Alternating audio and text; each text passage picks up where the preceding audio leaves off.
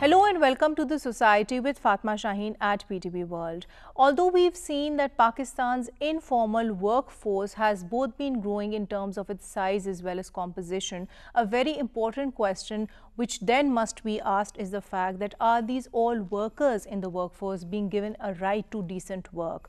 Now we often see that child laborers, when they do go to homes to work, they are assaulted or they are subjected to violence one way or the other. We also see that when women home-based workers work, they might not be paid back, they might not be remunerated in the same way as their male counterparts are. What are the most pressing challenges that workers in the informal workforce face in Pakistan today, and how do these in turn compare with the challenges, with the obstacles, with the issues that come forward to those who are working in the formal work sector? This and much more we'll be talking about in our today's show. We'll be talking about the changing work and labor force trends in Pakistan, more so after the COVID-19 pandemic. And we'll also be shedding light upon the fact that when we talk about diversity, when we talk about inclusion in the workplace, why is it so important today than ever before? This and much more to follow on today's show, and to do that, let me introduce you to my today's panel. My first panelist for the show today is Ms. Leila Azhar, who is the ex-director HomeNet Pakistan and a women labour rights activist. Assalamu alaikum ji and welcome to the show. My second panelist for the show today is Muneeb Qadir Saab, who is an analyst. Assalamu alaikum ji and welcome to the show. And via telephone line, we'll be joined by Ms. Hijab Syed, who is a learning and organizational development consultant. Assalamu alaikum Hijab and welcome to the show. Walaikum assalam, and thank you so much for having me. You're most welcome. Madam, I would like to start the show with you. When we talk about inclusivity and the need to have diversity in the workplace, something which I just mentioned in my introduction as well, do you not feel, as somebody who has worked in this sector, more so, to empower the informal workforce in Pakistan, that today this is the need of the hour more so than it was ever before? First of all, thank you so much for having me here in this important discussion. You see, this informal sector, it's not an issue of Pakistan. It's a global phenomena, and we see when we have a round of analysis of the informal economy worldwide, it's 92%. So it's not just Pakistan. And over the years, what we have observed and what the data shows is that 74% of the informal sector exists in Pakistan, and unfortunately they are out of the purview of the laws and legislation. So whatever laws and legislations we have at the moment in the labor perspective is for the formal labor, and these workers, whether they are working from home as home-based workers, whether they are providing their services as domestic help, whether they are street vendors, whether they are platform economy workers, whether they are waste pickers, they are not part of the formal labor structure and the implementation framework where they are counted, where they have this where they have access to the social protection, and where they enjoy all the perks and benefits as a worker or as an employee. So this is basically a fragmentation of the society that has evolved over the years, and we have segmented the working class also, putting them in categories which are which they don't have access to. Madam, and I think in this regard you very rightly so mentioned that this is something which is just not very particular to Pakistan. Even in the case of USA, we see that there's a reports which suggest that around 2 lakh nannies in New York, they live below the poverty line, and this is that population which has actually immigrated from different parts of the world, and these are the ones who are undocumented. They don't have any insurance or health cover, so they don't get that protection of the law. So you're very rightly mentioning that when we talk about this issue, especially the lack of regulation of the informal workforce, this is something which is equally applicable to other countries. But Muneeb, she's raised this very valid point that when we talk about the lack of protection of workers in the informal labor force, because recently we have seen that this a very exemplary piece of law has been passed, the harassment amendments, which do categorically cover the domestic workers. I find it very concerning that before 2018 at least, within the labor laws of the country, domestic workers, for example, were not considered to be workers. So there was no law whatsoever which was protecting them, until unless they were subjected to criminal force or intimidation, then the Pakistan Penal Code would come in.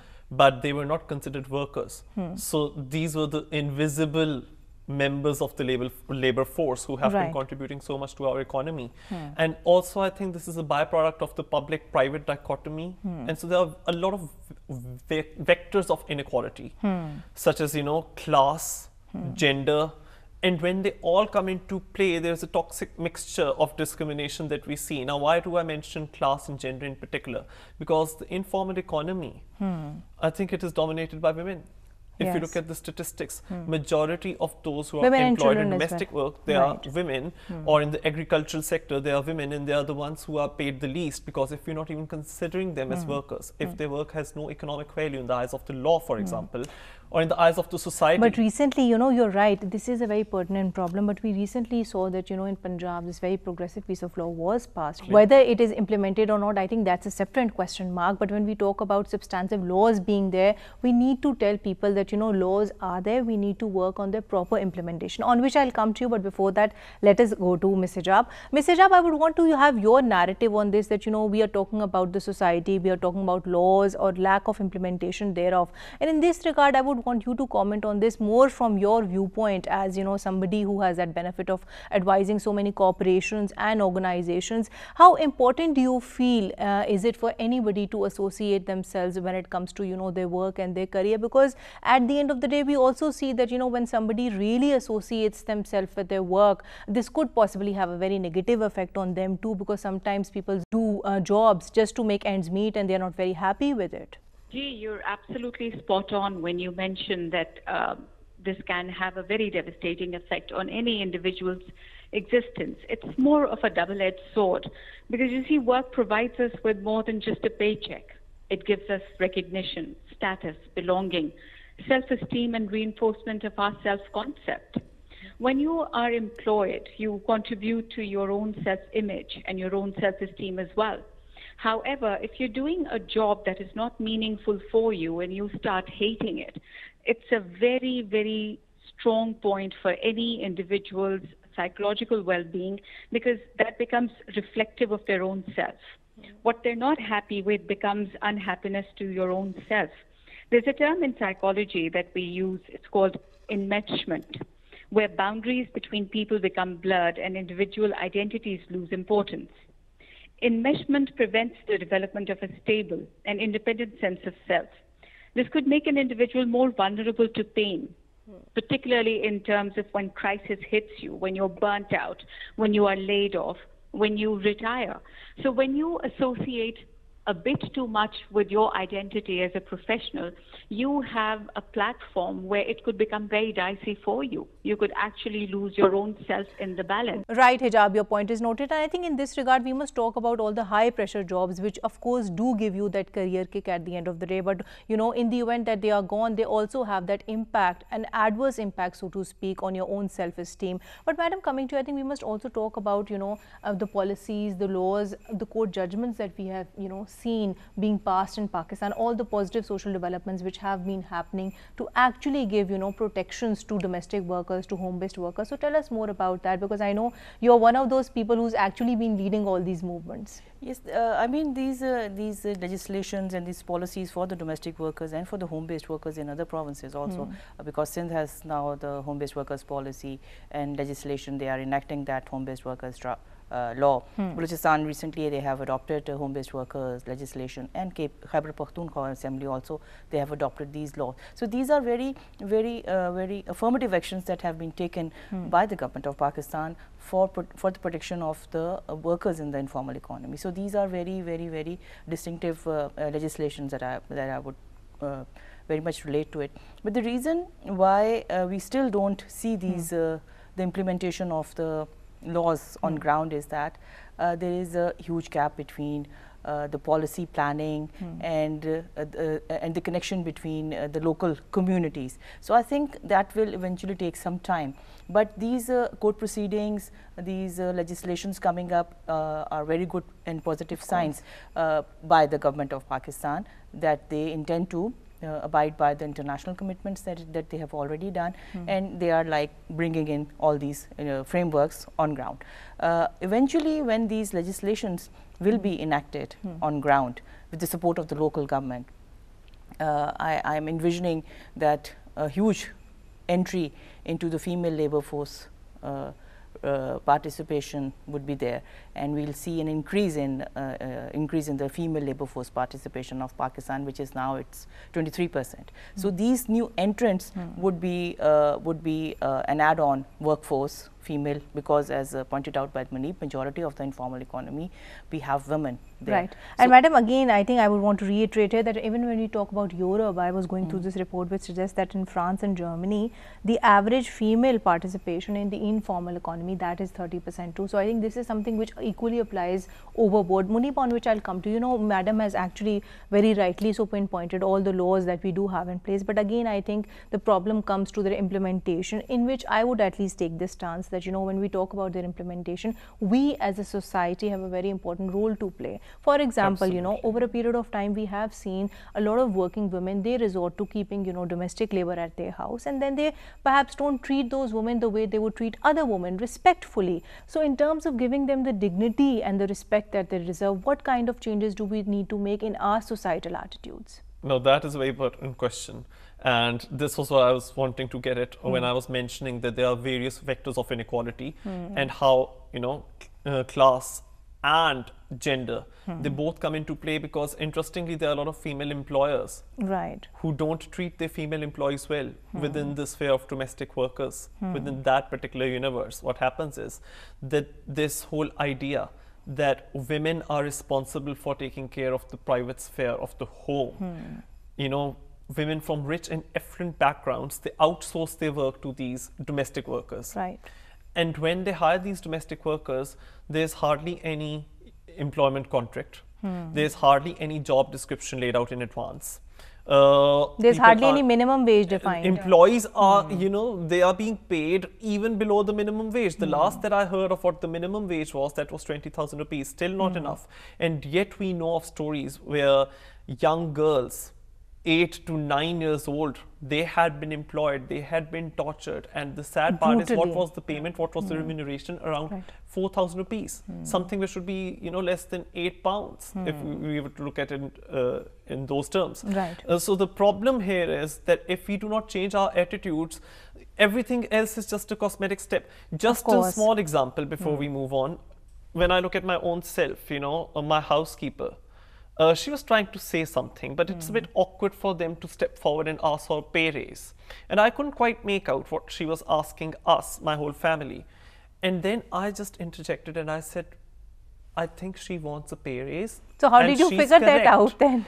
I figured it out because she was complaining about the pay that the other employees are receiving. And so you drew an analogy. I said that's not about other employees, that's about you.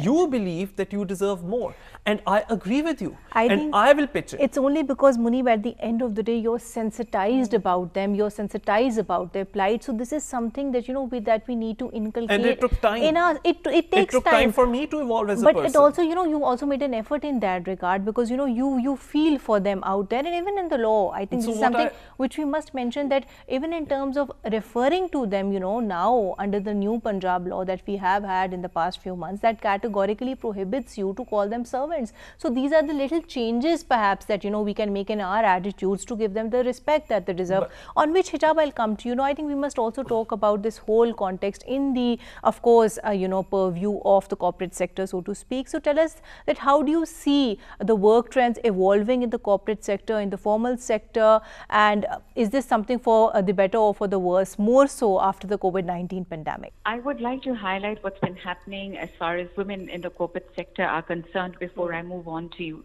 the second part of your question. You see, historically, the data shows that women exist in a majority in our country alone. Yeah, since we're focusing on the Pakistani corporate sector, that's what we're looking at.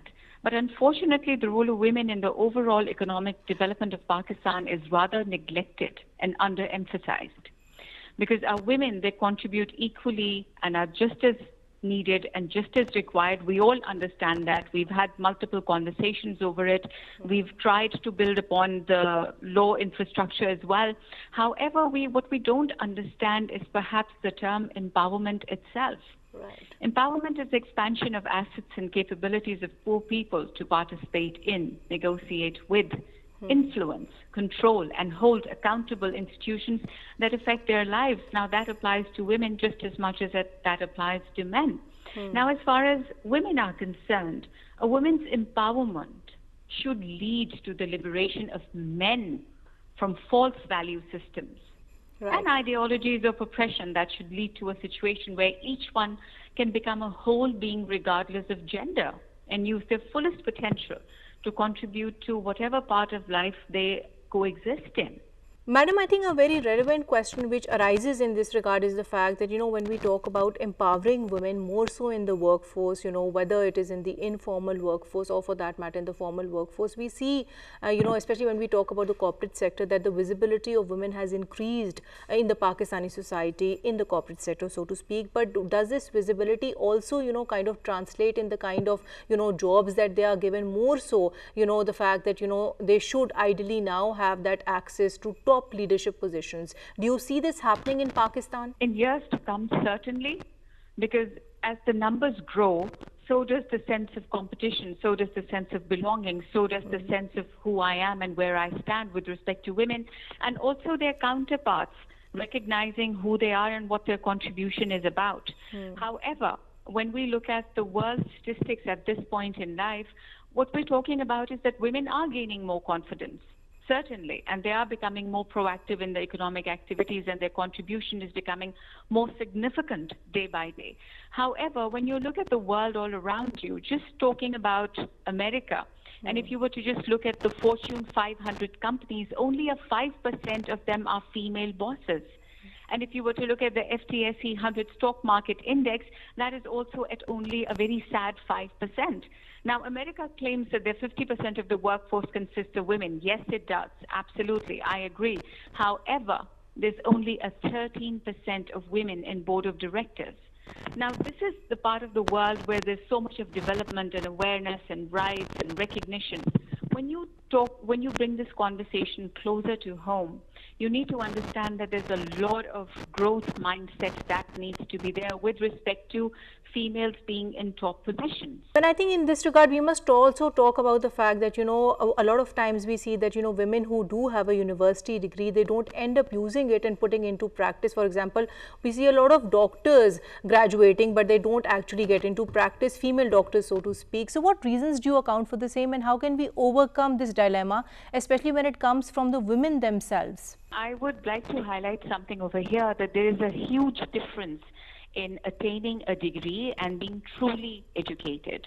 When we talk about awareness programs, we must include even the educated sector of our society, because it's very important for everyone to understand how significant it is to bring in implementation to whatever skill set they've acquired. You just mentioned the female doctors part. You and I both have a lot of family members and people that we know who went through medical school, a grueling routine of a medical school for 5 solid years of their lives, only to become redundant in respect to their own professional capacity. Right, madam, your point is noted, on which I'll come to you, madam. I think she's very rightly so mentioned a lot of things, especially the challenges that women do face when it comes to working more so in the corporate and, the formal sector. But when we talk about the informal sector, something on which you have been working for quite some time, madam, how do you compare the nature of these challenges? Do you feel that they are same essentially, or do the nature of the challenges vary? I totally agree with what Hijab has just mentioned, and I tend to agree with her. And basically the challenges which she has mentioned more or less are the same in the informal economy, workers also. You see, we have to understand the fabric of the society. The society, the mindset is totally a patriarchal mindset, and having that patriarchal mindset, the systematic barriers exist everywhere, whether it's with the women who are like getting education and they are not following a career, or whether it's with the women in the informal economy. So this whole fabric is like woven like this, that where women are kept aside. We count women, but we don't count their work. So having said that, when we look into the challenges that the informal economy women face, they are severe. Far more severe than what the educated or a better off sector of the society. I think, madam, essentially, you know, if you were to talk about it, I think the nature of challenges to some extent is the same. To some extent, of course, it varies depending, you know, on the socio-economic class that you belong absolutely, to, basically. But when we talk about media, do you feel that media has contributed to this problem? Because I, at least as a woman per se, feel that, you know, there is a certain way in which women are portrayed in the media, and that not only in Pakistan, for any other country, is the agenda setter. That, of course, helps you promote a certain narrative about them too. Right. So, for example, we're sitting here on your program and we're talking about issues which are considered taboo or a bit too uncomfortable for people to be talking about. So that makes me happy. The fact that we are having a conversation here and in a very civilized manner. But unfortunately, when I look at those TV channels which are ratings hungry, you know, which are running after the TRPs, or even keeping news channels aside, also how women are portrayed in dramatization of fictionalized stories, by which I mean films and TV series and pop culture. There is a lot that needs to be done. Under Article 5 of the Convention on Elimination of Discrimination Against Women, Pakistan's obligations are to ensure that we are changing our attitudes towards women and that social prejudices against them that we hold are being changed. What I find very unfortunate is that less than 1% of women hold, you know, positions of entrepreneurship. And if women are not at the top, then we are not going to be seeing women from marginalized communities. This is exactly what I was saying, that, you know, you need to empower them at the top so that they can pass on that thing downwards through, you know, something which we recently saw in the case of Honorable Justice Aisha Malik's appointment as well. Now, I personally feel that, you know, that is something that will give, of course, you know, more women a motivation to actually aspire for higher judiciary in the country, so to speak. I think, madam, he's raised some very valid points, more so, you know, regarding giving people that opportunity, more so women, especially when it comes to, you know, having their own businesses, or for that matter becoming entrepreneurs. In this regard, you know, generally the trend that we do see in the Pakistani society is that you either have big corporation homes, or for that matter you have, you know, very business family like small setups. So why do we not have that space for, you know, small to medium entrepreneurs? I think the major issue or the major challenge in this whole context is the lack of coordinated efforts, the realignment from the and the gradual growth from the micro level to small level. So that part is missing. Whatever we see in the context of the entrepreneurs are the offshoots of big corporations which support small corporations. So it's the same family that is supporting each other. But when we look into the holistic picture of what Pakistan have at the moment, and when we talk about bringing the women from the grassroots level to a level where they can come into the small and medium level, it's a totally off scene.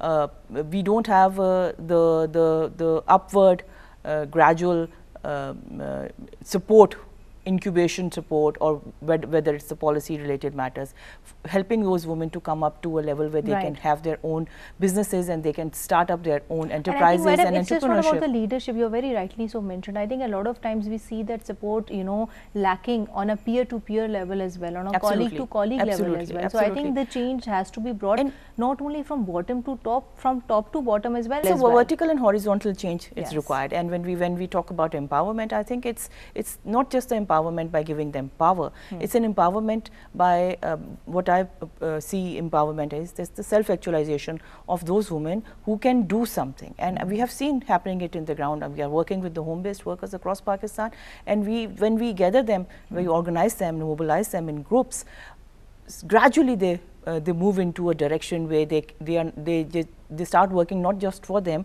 but for the community. So I think the leadership model, which in itself is a community support, based on the community support participation, community support structure, needs to be there, which will facilitate further. I think we need to get the message across, right? Something which you were also saying, that, you know, the media needs to set the right narrative. So when it comes to that organization, when it comes to, you know, that leadership which is leading the entire workforce, I think the message needs to be very loud and clear and very motivational in that way. But also, wouldn't it be great if the government were also at the policy making level? Of course. They were to intervene and they were to provide tax relief or subsidies to, you know, SMEs, you know, small, medium-sized entrepreneurships. Not only in hiring those who are marginalized, or even recent graduates for that matter. I mean, women of course, but also recent graduates. There are so many men, as you know, Hijab ma'am also pointed out. Right. And our idea of what the male is supposed to do and what the woman is supposed to do, the male is the breadwinner, puts too much pressure on him. I mean, for example, in November 2021, there's a man who jumped off a shopping mall. Yes. And, you know, he committed suicide. I think that's a very valid point that you have raised, that, you know, the COVID-19 pandemic, so to speak, has completely changed the dynamics. But when we come to, you know, a woman's right to work, so to speak, Ms. Hijab, you know, how acknowledged you feel is that right, more so in the context of, you know, the formal sector, the corporate sector, because, you know, that's one sector that you've been so extensively working in? I think over here, when we are talking about the corporate sector, we must understand and we must recognize that in this sector, people come from a very different background of education, of understanding, of awareness, of acceptance, and of tolerance. When you're talking of the informal sector, that's a very different ballgame entirely, because the values that are there are very different from the values that are understood and accepted by the people who are part of the corporate sector. And that primarily has to do with their awareness levels. It doesn't have to do with the money factor as such, but it does have to do with how well aware they are of anyone's potential to perform in a particular job. That's very rightly put by yourself, and I think you've actually demarcated both the things in a very proper and comprehensive manner. But when it comes to, you know, men in our society, a lot of times we also see that men who are actually, you know, letting their female family members go out to work, they might just be hesitant about it, you know, keeping in mind the fact that, you know, this is something they might not want, you know, women in their families to do, more so even if they are, you know, opting for a job which is completely corporate. Again, it will depend on where that particular man is coming from. When you're talking about the corporate sector, the inclusion of women has become quite predominant, and they are leading leadership roles. They are in the C category as well of leadership. So that just depends on what part of segment of the society is the man emitting from. And again, all we need to do as a society at large, whether we're talking about the informal workforce or the formal workforce, is to spread awareness. This has to go beyond the need of, oh, we need an extra bit of money. It has to go beyond that. And that sort of recognition where we recognize that the women in our family, our daughters, our sisters, wives, whatever the relationship may be, are individuals capable of giving us a lot of productivity and performance, which our country needs, which our society needs. Madam, your point is noted, on which I'll come to you, Muneeb. You know, when we talk about the same thing, but of course from the male's perspective, and you being the only man on the panel today, I think you must add to this further, that when we talk about, you know, men acknowledging or appreciating, you know, a woman's right to work, we see that there is a very divided category. There is that category who would very readily, very happily, you know, help, rather encourage women in their house to actually go out and work, because, you know, they feel that this is something which will bring them happiness. This is something which will, you know, add to their career satisfaction. But then we also have that pool of men who actually, you know, just want women to work because they want them to, you know, kind of dispel off their financial burden. So how do you as a male see this? You know, there's a very famous saying which goes like, men of quality don't fear equality. And that's the thing. I've just talked about burden sharing. You know, this whole concept that the woman needs to be relegated to the private sphere, and it's the man who goes out into the public sphere and is a sole breadwinner.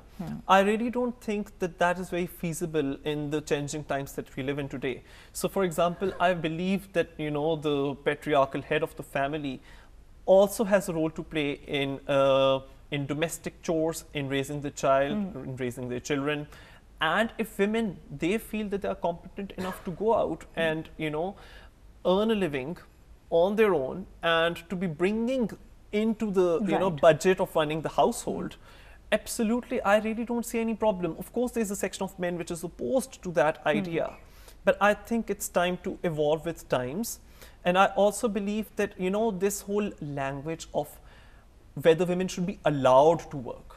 Right, sir, your point is noted. On which one I'll come to you, madam. I think in this context, we must also talk about creating safe working spaces for children, because a lot of times we see that, children who go out to work, who do domestic labor, they are inevitably, subjected to violence, or for that matter, assaulted in one way or the other. So, whereas, of course, I understand the fact that, you are working to strengthen, to empower the informal workforce. How inclusive is this empowerment of children too? I think we must understand the law of the country. If the child labor is prohibited, a child under the age of 15, he or she cannot work. I think we should adhere to the law. And if there are some examples going on, if there are some exploitation of the law, we should take notice of that. The society should be cognizant of the fact that this is not the law. And when coming to the domestic working sphere, I think this is something that we should all condemn, that child domestic labor should not be part of the not only that, madam, and the conditions in which children are made to work, so to speak. This is basically something related to the poverty index and the internal migration that is happening from the districts to the urban cities, just because of the hunger, the food scarcity and food insecurity, and the increasing poverty. So these are the things that needs to be addressed by robust policy making, where the employment is made available for the family of that particular child, who is like, instead of going to the school, the family, they put them into a household in an urban context where the child is underage and he or she is living in a very vulnerable situation. Right, madam. And I think in this regard, we must also talk about, what responsibility lies when it comes to ensuring that, people have that access to all these social protection schemes. So what are your views on this? Fatma, we need to understand that this is ultimately the responsibility of the state to protect its citizens. Whether it's when it's come to the social security or the social protection, it's the prerogative of the government to come forward and protect its citizens. So I think we need to revamp the social security laws of the provinces across country, where we need to include the vulnerable groups there, and we need to see how they are protected by the state run authorities. And when it comes to the civil society is already doing a very good job by bridging the gap between the government and the actual beneficiaries, and putting up their efforts for the awareness raising and leadership development from the grassroots levels and among the workers also. Right, madam, your point is noted. On which I'll come to you, madam. I think we must also talk about the key drivers, or for that matter, the disruptors, especially when it comes to changing dynamics of the work culture. What do you feel are the most important factors which have actually molded the way we see work, the way we, now construe organizational culture, and how do we see this, further evolving, in the coming decade? When you're looking at the corporate sector, one has to be very sensitive to the tactics, signals, and trends. And briefly, I'm going to give you the 7 key organizational trends which I'm going to highlight for you. Number 1 being learning in the flow of work. And then the impact of AI on organizational learning. Then you have the collective sense making. And then engaging employees in your company's purpose. From one-off change process to a continuous development attitude. And then you come to implementing change in about facilitation. Last but not the least being digitization to transform even the late blooming organizations. These are the 7 keys that are very, very important when you talk about work trends in this day and age. Right, madam, your point is noted, but you've mentioned not one, rather several factors. So when we talk about the changing work culture, of course, we see that, technology has changed the dynamics, and we also see that, the typical contours of the employer-employee relationship, that also has changed. So what do you feel is the most important of all these 7 factors which will actually gear, we now will see, organizational culture, work culture, so to speak? Fatma, actually all of them exist in a very cohesive manner. You can't really isolate one and say that this is going to be the key focus. For example, when you're talking about learning in the flow of work, we're talking about moving towards a world which is more uncertain and less predictable. There's no time to produce formal learning programs and courses for the new emerging topics and challenges. Learning needs to happen in the flow of work. It's important to know that learning in the flow of work doesn't just happen organically. It needs to be supported and resourced for. And all the L&OD professionals can do is by designing virtual learning environments where people can learn and reflect together. Now, when we come to the impact of AI in organizational learning.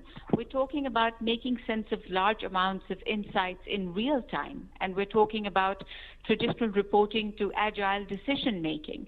When you talk about making sense of large amounts of insights in real time, what you're looking at is that there's a lot of qualitative data that can be overwhelming to make sense of and impossible to sift through. But when you talk about facilitators having that sort of a facility where it's not just their own judgment, but actually making sense of a participant's input, this is where AI comes in, where everyone's voice can be taken into account and you don't cloud the analysis with your own bias.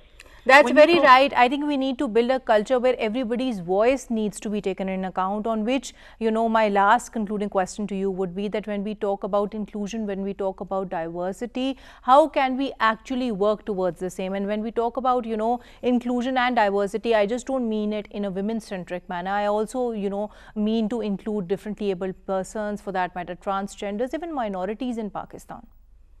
Absolutely, absolutely. You see, this is the key understanding that you've highlighted, and I'm so glad you pointed that out, that when we talk about inclusion, it's not just women, it's inclusion of men with all sorts of different identities and backgrounds and skill sets. We're talking about inclusion at a human level, and that's how we need to see it. The first point that comes to mind, there are 6 factors that I can bring to your attention. First being educating your leaders.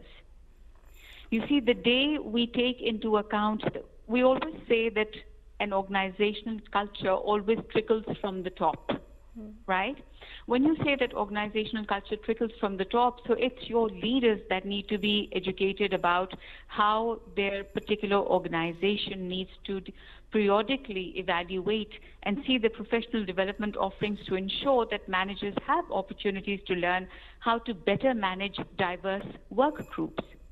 Members talk about how to deal with their real-life scenarios that people managers face, but such as supervising an employee who needs an accommodation for a disability, or a worker who's a single parent with challenging childcare issues. There is so much that goes on in the human level that needs to be inclusive.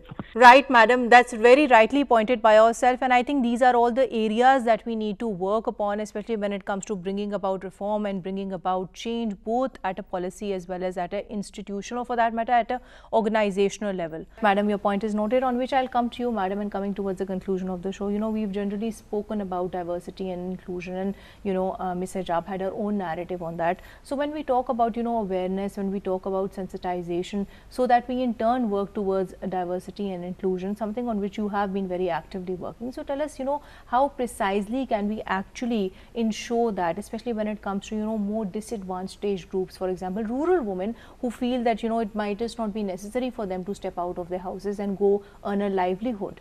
I totally agree with what Hijab has just mentioned, and she has raised many very pertinent questions and also solutions to what how diversity and inclusivity can be ensured in Pakistan. And coming to the perspective of like the labor regime that you are talking about, I think we need to see first important step is to have our legislative frameworks based on those labor conventions that already Pakistan government have ratified. Right. So that is very important. And when it comes to the labor, we have to protect the labor under the regime of labor policies and labor laws, irrespective of what the work they are doing. So there has to be a holistic framework for protection of the workers, whether they are in the formal sector, whether they are working in the industrial sphere, whether they are working in the corporate, where they are rural women, where they are urban, whether they are home-based, where they are street vendors, platform economy workers, whatsoever. So they should be recognized as workers.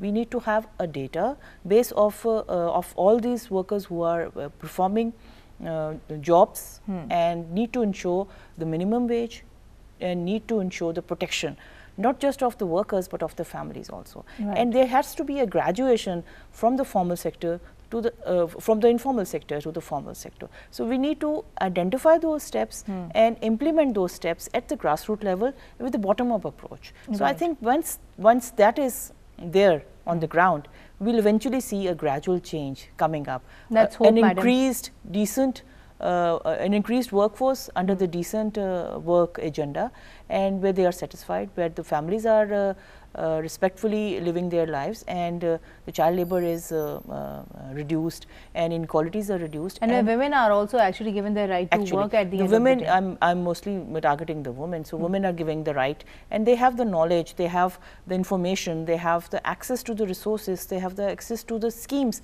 that are coming up, the new schemes and the old schemes that they can have access, and they have an outreach to market their products, to market their skills. And I think in this regard, the market itself also has a very important role to play. It needs to be accessible to these women, because a lot of times we see, I think something which I earlier raised with Ms. Hijab as well, that women are educated, they do want to work, but sometimes they might just not be able to access the market, or for that matter on the converse, when we talk about rural women, they might not just have that access to market. You see, the context of like rural women is that they are contributing, they are working as a contributing family member, they are working as unpaid family helper. They are working, but their work is not counted. Right, madam. And coming towards you and coming towards the conclusion of the show, what international commitments is the Pakistani state bound by when we talk about, of course, ensuring diversity and inclusion in the workforce, so to speak? And when we talk, of course, about the SDGs and so many other things, how do you feel can we implement them? Not only implementation being done on part of the state, also in terms of us changing our attitudes to actually strive towards the same. So, answering first part of your question, fortunately Pakistan has ratified a plethora of international human rights law treaties, which includes, of course, the Child Rights Convention. So we need to see children holding books, and that is something guaranteed under Article 25A of our own constitution. Right. Free and compulsory education, at least for primary school, free and compulsory primary education. And so we should not be seeing children working in unpaid informal sector, on the streets, in agricultural sector, or as domestic workers. Right. And as you mentioned, we've had in Punjab and in other provinces as well, we've had laws which have banned child labor, particularly in the domestic workers context. That's very progressive. But still, under the Child Rights Convention, anyone who's below the age of 18 is a child. And are our laws designating that particular age for children? That is something that we need to reconsider. Also, we need to ensure that the sustainable development goals that you've mentioned, by 2030, we do ensure that there's inclusivity. We uplift our minorities, our women. We listen to them in their narratives. We do not dismiss. Of course, what they need to be given a voice. Their lived experiences. And finally, about our own outlooks. Right. And of course, keeping that in sync with Pakistan's international obligations, I think it's wonderful that there has been an amendment, there has been a new act in 2022 of protection of women, which actually from covers harassment. domestic workers the way it hadn't before. It hadn't before. And a very good step would be if Pakistan were to ratify the International Labour Convention 190, which gives a very wide range of who comes within the purview of an employee. Right. But nonetheless, steps in the right direction have been made in the sense that domestic workers are protected as workers, independent contractors, and it's not just restricted to women. I think that is really good. Right. Wherever your gender is the main point of contention on which discrimination hinges, the law is going to come to your rescue. Now, it's up to us whether we are ready to change our attitudes to bring the same law into practice. And this is exactly what we were talking about. When we talk about enforcement of rights of domestic workers, I think they also need to step up. They also need to ensure that, whenever they are going, to get employed, they are doing so under a letter of contract. They are getting themselves registered. And we need to raise awareness. Yes. Unfortunately, a lot of these domestic workers are not aware of these rights. So, I mean, hats off to you. And to you, the awareness programs PTV, that you do. of course. And to PTV, of course. The fact that we're talking about it, this is not insignificant, but this is just a very small step, a step in the right direction nonetheless. So at the end of the day, as we all understand the fact that the law only helps those who help themselves, but let's also hope that this conversation at some level brings in that a level of awareness which they do need to have. On which note I would like to conclude today's show. Thank you so much, Ms. Ome. Thank you so much, Muneeb Saab. Thank you so much for having me. Thank you, and thank you so much, Hijab, for being here with us today. Thank you so much for having me here. I had a wonderful time in this discussion. Well, to conclude today's show, we generally spoke about the changing and the evolving, workforce trends as they do stand for both the sectors, be it formal or, for that matter, informal sector in Pakistan. We also spoke about the positive social developments, more particularly the laws which have been actually passed to empower domestic workers and to give them protections which they never had before in the country. In this regard, what remains to be seen is the fact that, how effectively will all these things, will all these laws and policies be implemented in letter and practice. And for this, I think at a very basic level, we need to change our, societal attitudes. We need to change our organizational culture mindsets, and we must actively promote both diversity and inclusion in its very true spirit. Thank you for watching The Society. Until next time, take care and Allah Hafiz.